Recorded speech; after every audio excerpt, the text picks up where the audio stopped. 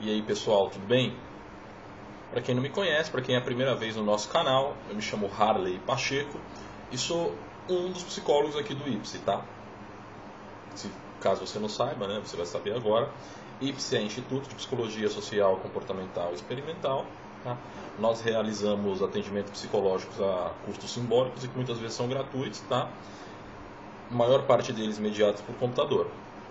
Nós estamos em Fortaleza, em São Paulo e na Bahia. A gente tem três pontos, né, de apoio, onde a gente realiza esse trabalho de atendimento psicológico a custo simbólico e também mediado por computador, porque aí a gente rompe com a barreira da distância, às vezes a pessoa está em outro estado, horário, né, translado, enfim, a gente consegue minimizar muitos pontos aí usando esse meio.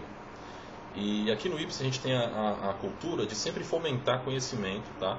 E discutir, para isso, discutir textos de autores renomados, textos de sugestões, aulas, né?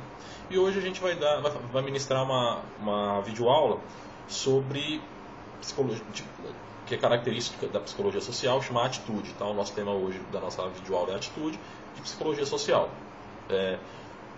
Provavelmente você me vê sempre nos vídeos, eu gosto sempre de esclarecer, porque fala, pô, o Harley é só ele que cuida do IPSE? Não. Tem o Harley Pacheco, tem o Fredson Almeida e o Marcos, que cuida cada um de uma rede social.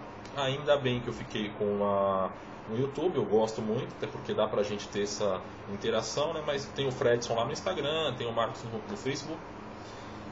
E, enfim, vamos lá. Provavelmente você é estudante de psicologia ou gosta de psicologia e está querendo aprender sobre atitude. A primeira coisa que você vai saber, uma coisa legal é que isso é um capítulo, a nossa referência é o livro Psicologia Social, do Haroldo Rodrigues, tá? Então se você tiver precisando da referência, é essa referência. Tudo que a gente falar aqui é o nosso ponto de vista, obviamente, mas pautado pela referência do Haroldo Rodrigues, sedimentado em cima do texto do Haroldo Rodrigues. Legal? As pessoas, elas entram em contato com o seu ambiente social e a partir daí, elas, por meio de comportamentos operantes, né, elas criam impressões sobre outras pessoas, certo? Como assim? Estou eu aqui conversando com você está conversando comigo, você bateu o olho, escutou, aí a partir disso você está formando uma impressão acerca de mim, da minha pessoa. Essas impressões são esquemas denominados atitudes e resultam em um comportamento. Então vamos lá. Poxa, Harley, eu achava que atitude era outra coisa. Você está me dizendo que atitude é o nome desse esquema, né, que resulta em um comportamento? É isso mesmo. Atitude é uma predisposição que você tem a fazer alguma coisa. Tá? São predisposições a comportamentos. Prós, né, ou contra algum objeto que a gente entra em contato durante o processo de socialização, né? Esses processos eles são decorrentes de aprendizagem, modelagem, reforço, né, que dão como produto características pessoais da nossa personalidade. O que eu estou querendo dizer, né, e o que o Haroldo Rodrigues e os autores da mesma linha de pensamento querem dizer? Que a gente forma diversas impressões acerca de alguma coisa, uma pessoa, um objeto, e o nome dessa impressão, desse esquema, é atitude. Tá? A atitude ela pode ser contra ou a favor a um objeto, a uma pessoa, né? Então a gente chama isso de predisposição a comportar-se, a se comportar. Se você escrever isso na sua prova, ou se alguém te perguntar, pô, o que é uma atitude? Você der essa resposta, você não está falando bobagem, não, você está falando o que é mais correto, o que é mais pontual. Legal? A atitude, tudo isso aí, toda essa a nossa atitude, a nossa predisposição a se comportar em relação ao objeto, ela é formada pelo decorrer, pelos nossos contatos com as outras coisas, né? E essas atitudes, elas são parte exclusiva da nossa personalidade. Existem aí centenas, né, dezenas, talvez centenas de definições para atitude. Para você ter noção, só no livro do Alport ele escreveu mais de 100. Alport é um cara que, bem, a gente está falando de psicologia social, então você tem que saber duas coisas. Isso é básico e, anos de psicologia, a maioria das pessoas não sabe. Eu vou te explicar isso agora. Existem uma psicologia social com duas ramificações. Quais são? Primeira ramificação, psicologia social psicológica, tá? E a outra ramificação, psicologia social sociológica, tá? Então a gente tem aqui duas ramificações e as duas psicologias sociais aqui embaixo. A psicológica, ela é mais focada em atitude, aprendizagem, comportamento, tá? Tem o objetivo de individualizar o sujeito e dizer que o sujeito ele é fruto dos seus comportamentos, né? Da sua formação, né? Já a psicologia social sociológica é uma psicologia social mais crítica, que diz assim, não, o sujeito, a gente não vamos individualizar o sujeito e naturalizar, não. Ele faz parte de um todo social, ele é influenciado socialmente, né? Ou seja, aqui em um lado a gente tem o sujeito como indivíduo que se comporta mais dentro de um padrão, e do outro lado a gente tem um indivíduo que pode vir a se comportar dentro do padrão, mas que ele é basicamente formado pelo ambiente que ele mora. E aí que você vê as escolas de Frankfurt, né? E aí você tem os grandes debates aí da Silvia Lane de um lado e do Haroldo Rodrigues do outro, né? Que são duas linhas antagônicas. Aqui a gente está trabalhando a linha psicológica, né? Até porque a gente está falando de atitude. Mas enfim, a gente estava dizendo que existem aí... E por que eu falei isso? Porque o Allport, que a gente citou, ele é um dos caras mais renomadíssimos aí da psicologia social psicológica. O que a gente está citando um livro de 1935, eu não lembro ao certo o nome do livro, mas se eu não me engano, é Handbook of Psychology, Social Psychology, tá? É um livro, né, do Allport. E só nesse livro ele tem mais de 100 definições para atitude. Porém, o que é mais aceito atualmente pelos psicólogos sociais contemporâneos são as definições que abrangem 3 componentes básicos aí, que são observáveis, né? Primeiro, o componente cognitivo da atitude. Segundo, o componente afetivo da atitude. E terceiro, o componente comportamental da atitude. Vamos lá. Por que eu estou falando isso e qual é a importância disso? Você está lidando com um paciente, você vai fazer alguma intervenção clínica ou organizacional, enfim, não importa, mas você vai ter algum tipo de intervenção, você vai ter que mudar a atitude da pessoa, do sujeito ou de um grupo em relação ao objeto, a relação para que você espere, para que ele tenha um comportamento esperado, você vai ter que efetivamente manipular esses 3 componentes, né? Por isso que é importante a gente falar deles. Principalmente quando a gente vai falar de preconceito, estereótipo, discriminação, que são tipos de atitude, né? Vamos lá. O que é o componente cognitivo? São os conhecimentos acerca do objeto, é o que você sabe, é o que você aprende, é o que você consegue ver. Vamos lá, eu estou vendo um copo, dentro do copo vocês não conseguem ver, mas tem Pepsi. Bebi a Pepsi, né? O componente cognitivo desse processo de impressão, que vai determinar qual comportamento eu vou ter, né? E qual comportamento vai ser influenciado por alguma atitude que eu já construí, toda essa experiência, né? Tudo isso que eu sei acerca do objeto. Eu sei que o copo de alumínio deixa o líquido mais gelado ou mais quente. Eu sei que o copo de alumínio, desse tipo de copo especificamente, cabe mais. Eu sei que o refrigerante é bom, mas enfim, né? E o componente afetivo são as sensações condicionadas que são reforçadoras, que te mostram componente afetivo no sentido de sensitivo, tá? Eu sei que eu pego esse copo, é mais prazeroso, né? Eu sei que ele é melhor porque cabe mais. O que eu estou fazendo? Eu estou dando indícios de que a minha atitude em relação a esse copo, ela é positiva, né? E tem aí um componente comportamental. O que é isso? É a predisposição à ação, especificamente, que pode ocorrer ou não. Vamos lá, o meu componente cognitivo. Eu sei que o copo cabe mais refrigerante, ele preserva o frio, porque o refrigerante está gelado, né? Isso me dá uma sensação extremamente agradável e eu tenho uma predisposição de me comportar, né? Qual é o comportamento? Escolher esse copo para tomar o líquido que está nele, tá? Essa predisposição é o que a gente chama dentro de componente comportamental. Harley, dá um exemplo de como você mudaria uma atitude em relação a esse copo. Simples. Eu tenho um filho e não quero que ele goste desse copo, eu construo junto a ele um conhecimento totalmente equivocado do copo. É uma maneira, mas não quero construir um componente totalmente equivocado. Não, então eu falo a verdade pro meu filho, o copo é grande, cabe mais e eu deixo o refrigerante mais geladinho. Mas por outro lado, eu vou mexer no componente afetivo, que é o sensitivo.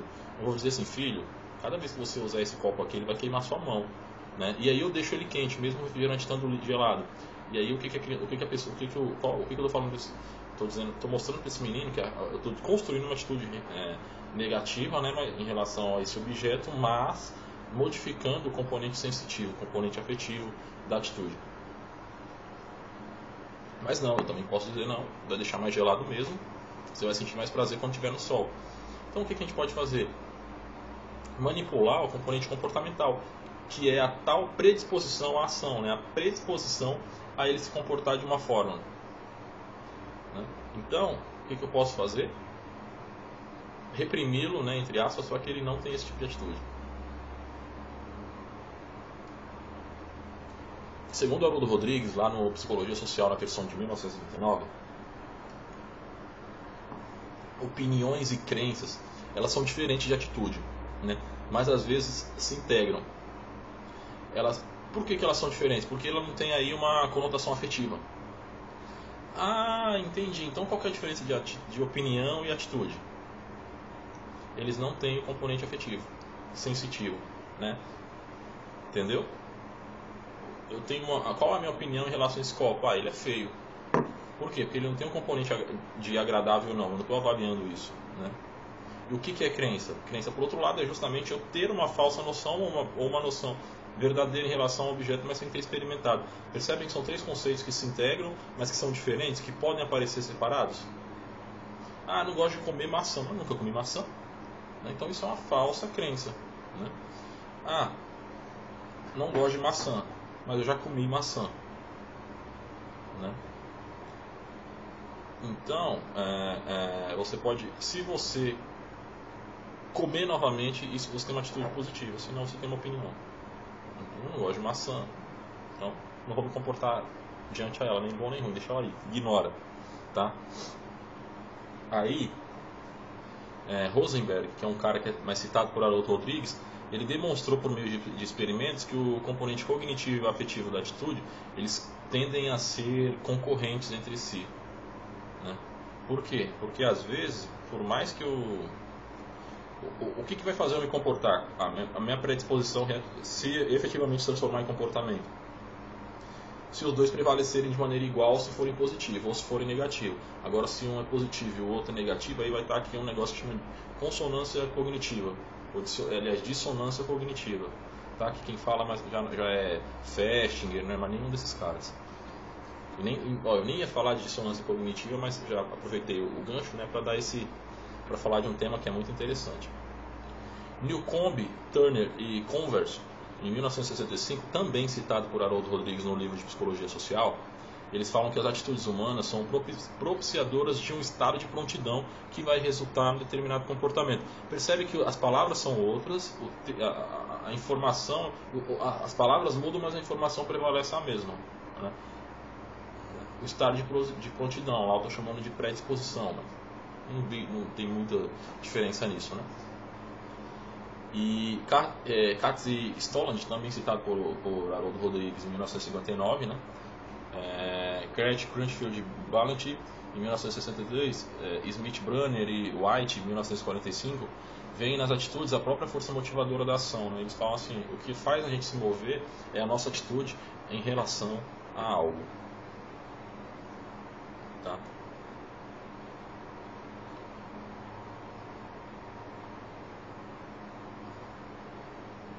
Aí aqui eu coloquei na minha referência dois autores para citar, mas, né, o que eles falam é o seguinte: primeiro, que o nome dele é Sivavec e o outro é Cyrano, tá? Eles escreveram em 1982, o Haroldo Rodrigues citou eles em 1999, que esses caras falavam assim: a correspondência entre comportamento e atitudes será tanto maior quanto for maior o interesse investido pela pessoa no conteúdo atitudinal. Isso é meio óbvio, né? É óbvio hoje, né? Por que esses caras falam coisas que são óbvias? A diferença entre a gente falar algo óbvio e esses caras falarem algo óbvio é que esses caras fizeram um estudo experimental e mostraram que funciona assim mesmo. Então, para eles, falar de algo óbvio não é falar especificamente, é demonstrar algo óbvio, né? Que é de um ganho espetacular.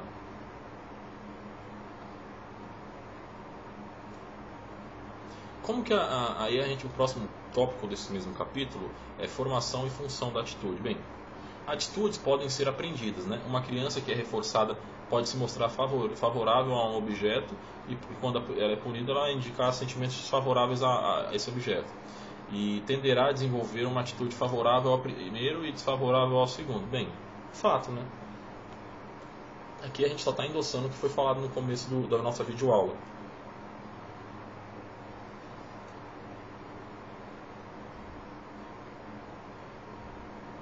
Aí, ó, aqui embaixo eu tinha colocado no meu roteirinho assim, ó, para falar de Festinger. Eu coloquei assim, ó, segundo Festinger, em 1957, nós procuramos um estado de harmonia, de aprendizagem de qualquer saber acerca do ambiente, né? Das pessoas e do comportamento. Sim, lógico, a nossa harmonia... lembra que lá no começo eu falei que quando não existe essa harmonia, acontece uma coisa que é dissonância cognitiva. Aqui eu só iria reforçar, né? Porque a cognição, elas são relevantes, elas são irrelevantes ou relevantes, vai depender. Quando o elemento cognitivo são relevantes, diz que está em consonância, né? Quando eles são irrelevantes, diz que eles estão em dissonância, considerando apenas os dois argumentos, né?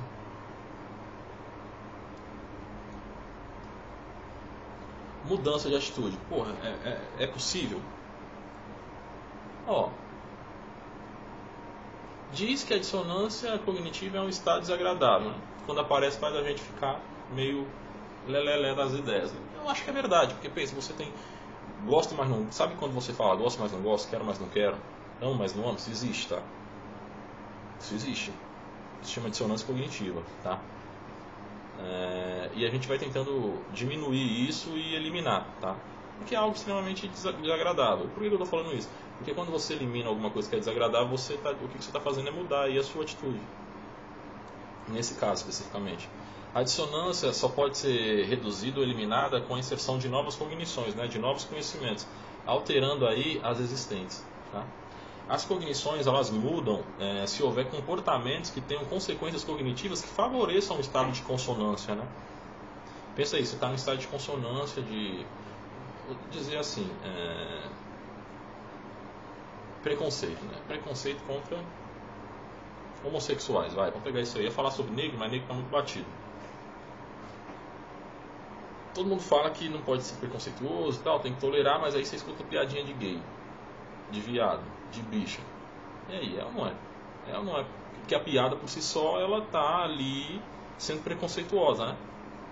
E aí isso gera em você um estado desagradável de dissonância, onde você não sabe o que é certo, o que é errado, aí você fala, quer saber que se foda. E aí você vai ficar tentando, né, equilibrar isso aí, e aí, dependendo de qual lado a balança pender mais, você vai continuar com a sua atitude ou você vai mudá-la. Tá? E você vai mudar porque a construção cognitiva, a construção de conhecimento que você está fazendo acerca disso é muito mais forte. Né? Fora que as pressões sociais também, elas influenciam diretamente nisso aí. Né? O ponto-chave é que a tendência à obtenção de concordância e apoio social é sem dúvida aí o comportamento mais prevalente do social humano. As atitudes elas são passíveis de mudança porque elas são formadas por componentes, né? Então qualquer mudança em um deles, obviamente no final dela vai mudar o resultado. Não é que nem 1 mais 1 é 2 ou 2 mais ou 1 menos 1 é 2. Tem uma lógica no negócio, né? Para tal é necessário que haja condições, né, para que você mude de atitude. É importante que existam aí, que seja fornecido incentivos e estímulos corretos, né, para que a pessoa ela tenha essa mudança. E aí, a partir disso, ela consiga incorporar e solidificar essa mudança. Tá? Um repertório de comportamento aí mais adequado. A gente está falando bem de ajustamento.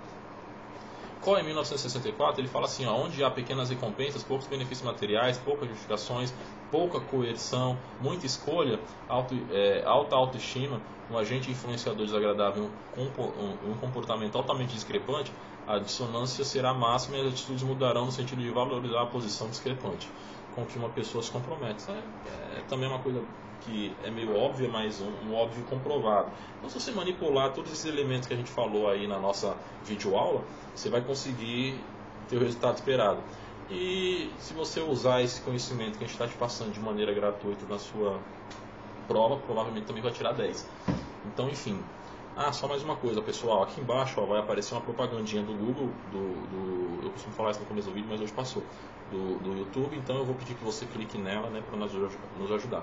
No IPS a gente faz atendimento psicológico gratuito e tal, e aí, eventualmente, a gente, né, a gente tem que pagar conta de luz, tem que pagar conta de água, então a gente desembolsa, né, tanto eu quanto o Fred quanto o Marcos. Inclusive nesse momento, se você reparar, eu não estou fazendo o vídeo do IPS justamente porque a gente compartilha a sala, né, então tem os profissionais usando. Mas enfim, eu estou falando isso por quê? Porque tudo que a gente arrecada é em prol da instituição, né, que tem aí um quê de ousadia e de humanidade. Então eu vou pedir para que você clique aqui nessa propagandinha, não precisa comprar nada, mas clica. Eu não sei, eu sempre falo assim, se a gente não está te vendendo um produto, é porque você é o produto. E aqui é a mesma coisa, o produto é você para as empresas que estão te usando aí para te vender coisa, né? Então aperta essas propagandinhas aí, ajuda a gente e deixa o Google achar que é esperto. Beleza? Muito obrigado aí. Ah, pessoal, aqui embaixo tem um botãozinho vermelho para você se inscrever no nosso canal. Se inscreve, tem muita coisa legal, tá? Valeu, pessoal. Qualquer dúvida, escreve aí, a gente costuma responder. Se eu não responder, o Fred, o Marcos respondem. E se vocês, não quero que ninguém veja minha dúvida e tal, é legal que você pode, porque todo mundo vê e às vezes a sua dúvida é a dúvida de geral, né? Mas enfim, pode entrar no site, é www.ips, igual está escrito aqui na telinha do canal, .com.br, lá tem um lugarzinho de contato, você escreve e a gente responde, valeu?